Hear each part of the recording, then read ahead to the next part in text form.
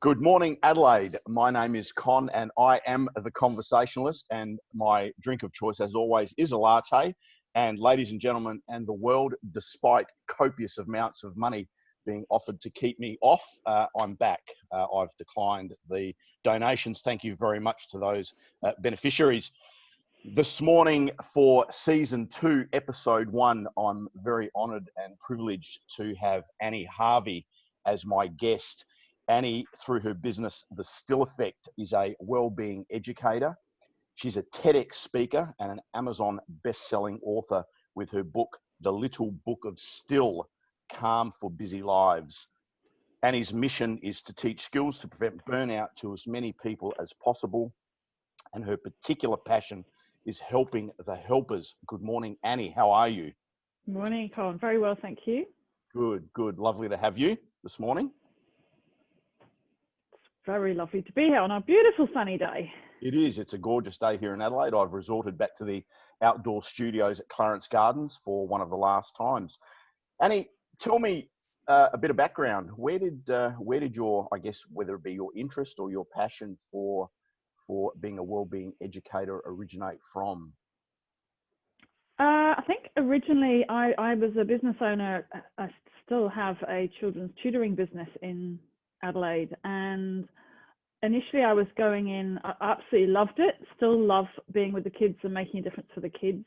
But after about 6 years of owning the business, I noticed that things weren't quite aligning with my values. Probably my values had changed a little bit. And I was working a lot more interested in working with the children and the teenagers on mental health. That's how the thing started. And I took myself off to train to be a life coach 5 years ago. And it all kind of went from there. Basically, where lots of people that have trained to be a life coach just do it for themselves. They don't go on to continue to do life coaching.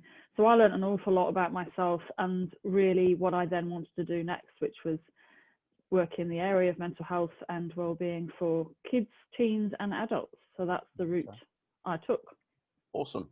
You mentioned in your little intro that you sent to me recently that the name The Still Effect originated from the TED Talk that you did. Tell me about that. Yeah, so it was in my 50th year, so you now know how old I am.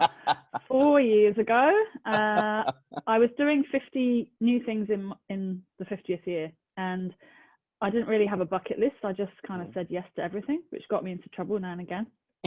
And one of the things that I'm trained in is a thing called laughter yoga, and I was invited in 2016 to warm up the TEDx volunteers before they opened the doors to the crowds, just with a little bit of laughter. And I looked at the pink dot or the red dot and thought, I'd quite like to do that on that dot, but laughed it off, and then applied for it at the very last minute, 2 minutes before midnight, and said, I bet I can make 1,000 people in the Adelaide Town Hall meditate and laugh out loud in 3 minutes, and just pressed enter and laughed at it as I sent it off, because there's no way they're going to say yes to that. And about 3 weeks later, I got a call to say, you've got a spot on the dot. And I said, awesome, do I have 10 or 12 minutes? Because that's how long TEDx speakers have. And they said, well, you asked for 3, so you've got 3 minutes. Okay. So that's how I got into TEDx, which is a really great speaking venue, obviously. Yeah. And you get you're open to having lots of training if you want to. And I wanted to add some kind of visual into my talk. Eventually they gave me 6 minutes because they loved it so much. And I came up with STILL as an acronym for the audience to remember what I was teaching them, which at the time was stop, inhale, listen, and laugh. Okay. And I just carried it on from there. So I had never any intention of it being my business name or anything. It was just something for that particular day. Yeah.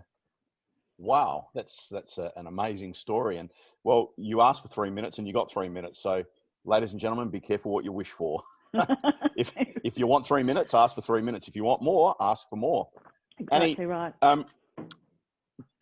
The Still Effect. So you're a wellbeing educator, and certainly at the moment with COVID, there's enormous challenges, whether it be individuals, business owners, and the like. And Victoria, unfortunately, is seeing some extremely difficult times. And I know people personally who are isolated, and it's very challenging to their mental health.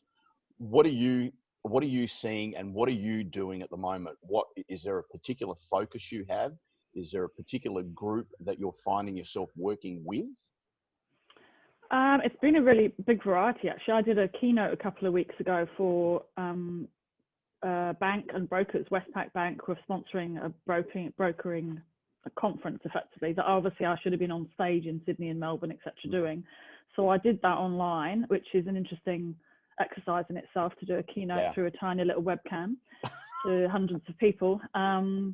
But what I've noticed of myself and my own mental health was that I just have to teach what I do myself, which has always been my thing anyway. I only teach people what I've researched, what I've tried, and what's worked for me. But it's become even more poignant to teach those things. And they're really, most of them are really, really small, simple steps. So for example, that keynote that I gave, I mean, I didn't know who the audience were, mostly female brokers. And I got a call from one the next day who I didn't know, to say, that's made a massive difference. I've got 3 kids, I'm single mum, and now I know how to sit around a table and have a conversation with my kids about what we're grateful for. And that's what I got from your talk. So really simple, but can be really powerful. So there's that kind of audience. And then I also work with teachers and nurses and aged care workers. Those are my real passions, I guess. So people who work with the vulnerable. And that's, you know, particularly in aged care, that's a particularly stressful time at the moment. So just giving them really, really simple techniques that they can bring into their daily life that doesn't take too much thought. It does take a bit of practice, but not too much thought. Look, and I think I find that in situations like this, or indeed, people are looking for a silver bullet. They're looking for what's the one thing that I can do? You know, just give me that magic pill. And we know that just doesn't exist. You mentioned about being able to, sit around the table and have a conversation, which sadly I actually mentioned to a group of Rotaractarians last night. And for those that don't know, Rotaract is the junior version of Rotary. And it was amazing that, when you speak to them, it's the little things. They struggle to have a conversation. Social media has created this, it's a double-edged sword. And to that end, being able to sit down at a table and have a conversation with your kids or your family or your loved ones, you're right. It's just, it just doesn't get the credit that it deserves. No. And I think, rightly or wrongly, this situation around the world has made many of us sit back and, we hear it all the time. It's made us realize what's more important. And I'm hoping that's going to continue.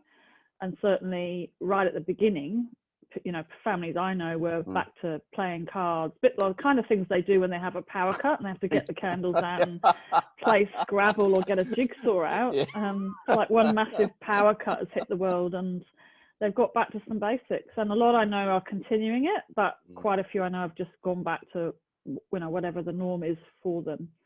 And social media has been amazing to keep in touch. Like for me, some of my family's still in the UK. And I wouldn't know what I'd do without that, but I had to be very selective, or still am very selective, as to when I look at it and who I observe, I guess. Yeah. And just on that, I've actually, for those that may or may not know, and I'm not tech savvy by any stretch of the imagination, there's a little thing in your settings on your iPhone about screen time and how much you've spent. And I've actually activated that, and it was a real eye opener. And my goal is to reduce that number on a weekly basis and use it to look at on a need basis, not to fill in time when you're, just standing around. Annie, you mentioned about sitting around and just having a conversation. Just for the viewers and listeners, can you give us another couple of tips that would be useful to help people, I guess, particularly who are having to self-isolate, like my daughter's sister-in-law, who's in Melbourne. She lives in a unit. There's no backyard, and the poor girl is obviously just in isolation. And there is, I know back, with prisoners and things like that, one of the cruelest forms of torture is isolation. Mm. You know, can you give us a couple of tips that might be useful to these people? I think it's around, you know, we hear a lot about connection. So connecting, however that is for you when you can't get out of your house. But my biggest thing is around how many positive emotions, so not positive talk necessarily, but positive emotions you can bring into your day. So there's a psychologist called Barbara Fredrickson who says, you know, there are 10 common positive emotions like joy and fun and awe and love and gratitude, and that we to live an ideal life, whatever that looks like for us at the moment, is to have a ratio of 3 positive emotions to 1 negative. So if you think about from the moment you've got up this morning to right now, which is a short amount of time, how many of those emotions, how many positive, how many negative, what's the ratio? And a lot of people say, oh, I've actually had the other way around. I've had 3 negatives to 1 positive. And can you look at maybe turning that round? So when I have my low days, for example, and we all have those, I will go in search of things that will just lift my spirit, even if it's just for 90 seconds. Most of our emotions only last for 90 seconds anyway. Our moods last much longer, but our emotions are there and gone in 90 seconds. So on Sunday, for example, I sat at my window, so I didn't go outside, and I found a tree. I don't have a tree in my garden, but I found a tree and just stared at that tree and really watched the birds going in and out of that tree, and just got a sense of awe, which is, you know, the best way is nature to find awe.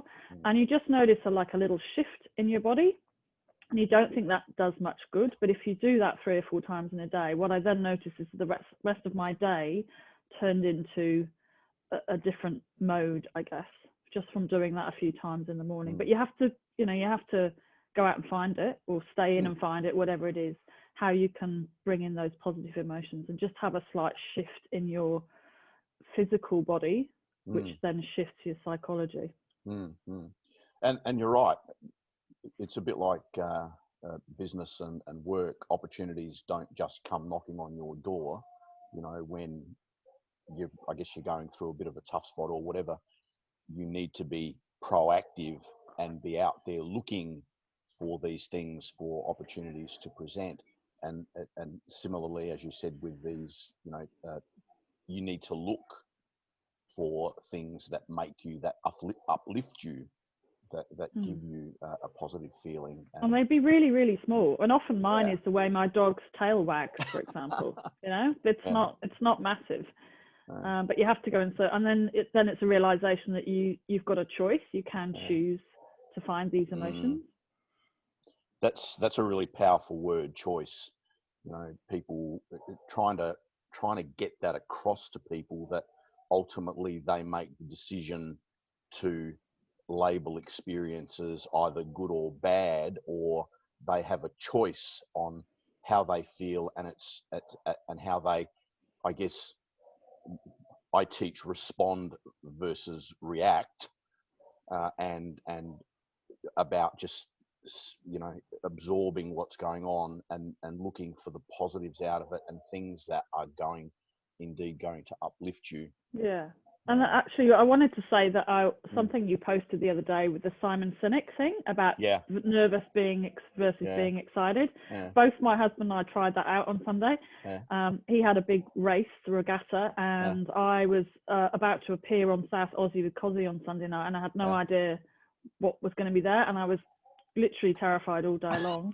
And then I watched your thing from Simon Sinek, and I just went around all day going, I'm so excited, I'm going to make a difference to all these people, I'm so excited to see myself on TV, even though inside I was, you know, curdling effectively. And Mark did the same with his racing, and it really made a difference. It's reframing, as you say, what you think turns into your belief, turns into your actions, and there are ways, but you have to do the work. You have to be able to do it. You can't sit and wait for it to come to you. It's nobody's. I saw somebody else posted recently on social media, and it's done the rounds for a long time. Nobody's knocking on your door to save you. You know, so we need to be out there, and that's for our emotions and everything else. Annie, but I'm sorry. So on that point, knocking on your door, which reminds me of I went through a pretty horrible divorce 20 odd years ago, and one person, a great friend of mine in the UK, knocked on my door every day, and all she did was she left 2 boiled eggs at my front door because she knew I wasn't eating. Wow. So I was drinking and smoking and not doing much else. She left 2 boiled eggs on my door every day. So what I've discovered from that, and one of the things I teach, is around, particularly at the moment, who are those people that you are connecting with? Are they the right people? Like, I'm being quite conscious about who I'm spending time with at the moment. And it doesn't mean that I've got my Marie Kondo book out and said, these friends don't bring me joy, I'm going to put them in the skip. But just being a bit more selective and surrounding yourself with people that are going to make you feel a little bit better after a conversation. Yeah.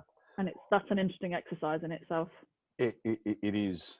I've done the same thing. I mean, the last couple of months have been a little bit, I've made them a little bit more challenging for myself than they perhaps should have been.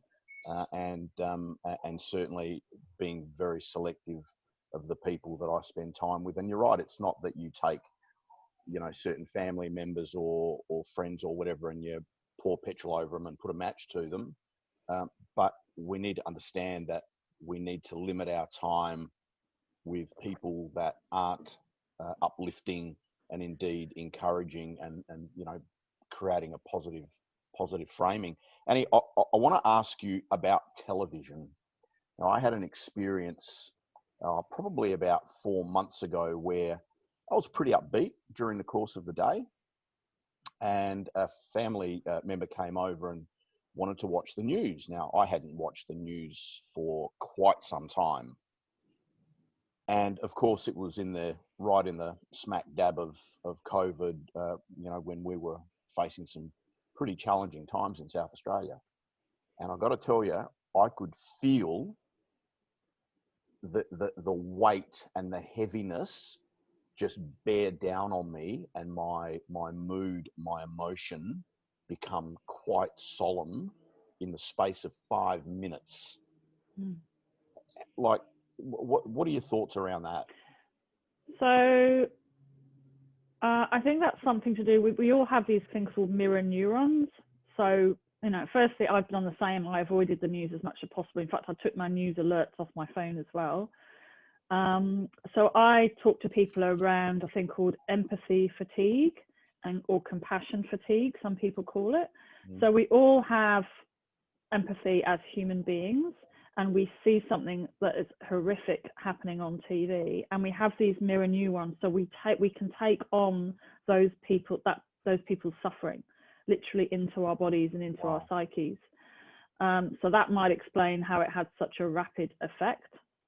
And the thing around having the fatigue, which can lead to burnout and all sorts of things, is if you can turn that into compassion, where you want to actually take action to help. So not literally go and help those people that you've seen suffering on the other side of the world or something, but what is something that you could do to take action on something that's happening in Australia, or some form of compassionate act, or even compassionate act to yourself. And that can kind of switch it, so you're not just carrying those mirror neurons in your body the whole time. Does that make sense? Yeah, it's a little tricky absolutely. to explain, but it would certainly explain why you felt like you did. And then you use all these simple tools where you go and take action, as opposed to just sit and think about it and feel worse and worse and worse. And then put all those minute little strategies in.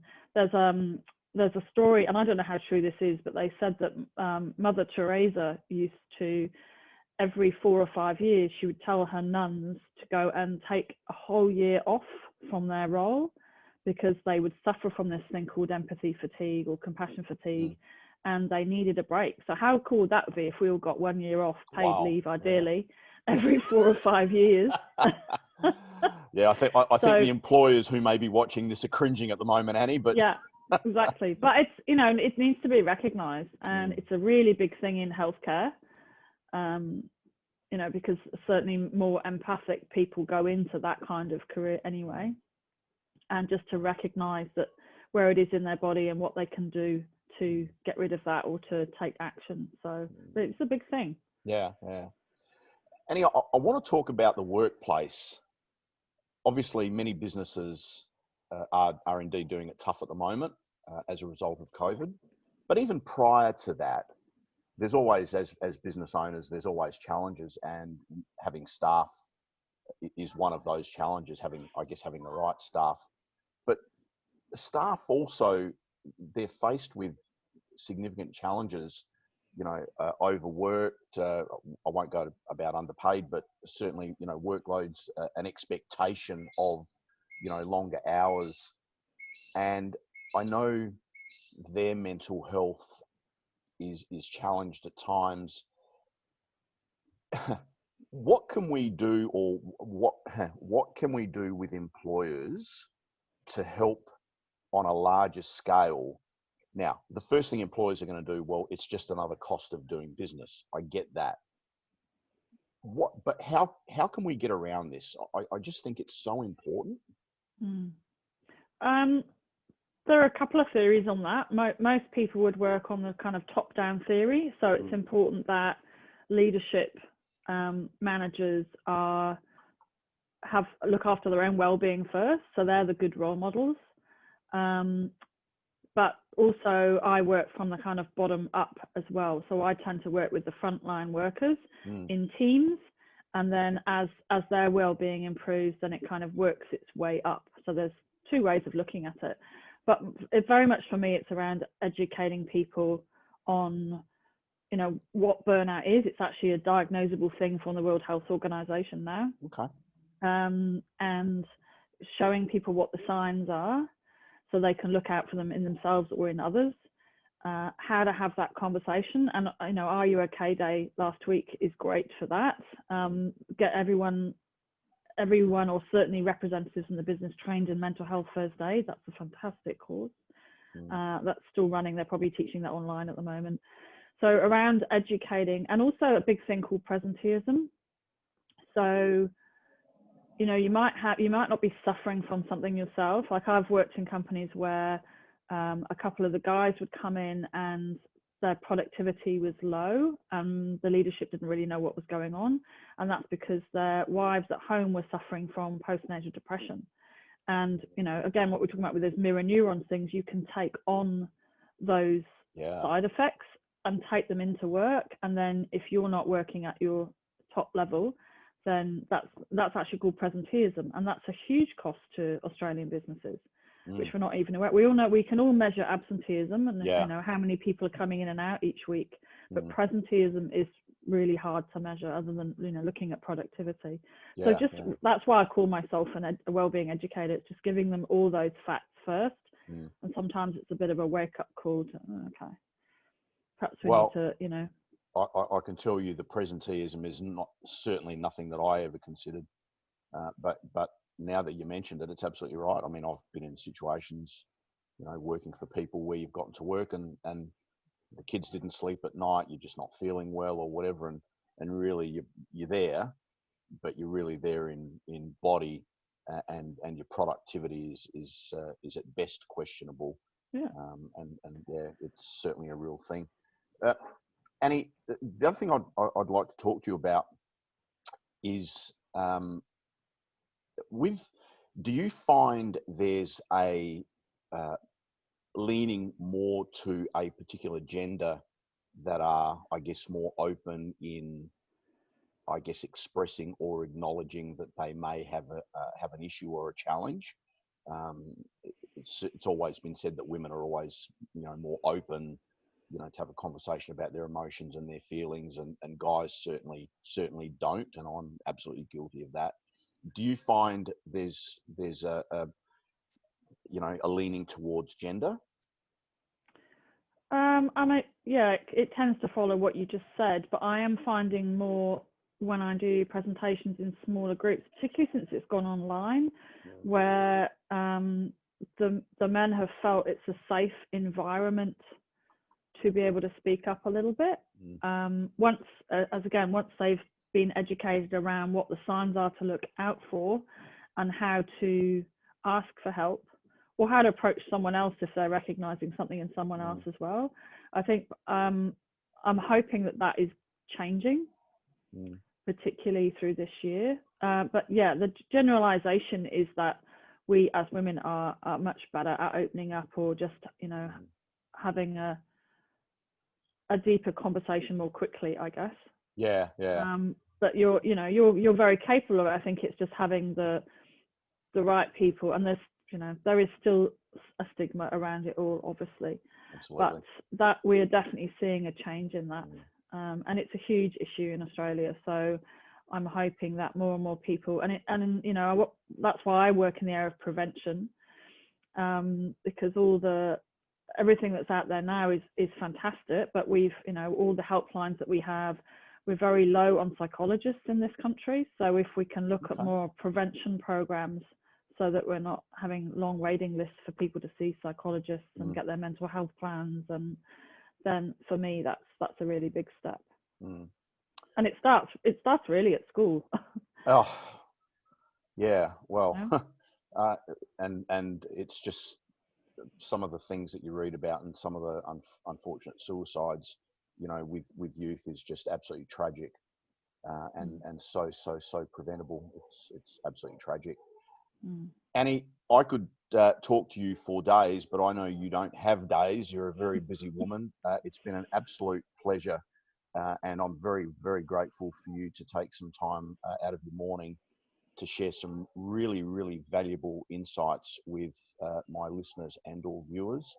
And what I'll do is on the social media post, I'll have Annie's contact details for any organisation. I would encourage you to get onto this lady. She is an absolute whiz, and everything is from the heart. Absolutely from the heart. Thank Annie, you. And if you want to laugh, watch the TEDx talk. That's what we need to end on. You definitely need more laughter in our lives, and that's what I'm getting a lot more calls about at the moment, is to go in and do this laughter wellness workshops. Yeah. Really? Yeah. Yeah. People are saying we just want to have a bit of fun and a bit of light-hearted stuff. So they all the say TEDx talk. They all say laughter is indeed the best medicine, isn't it?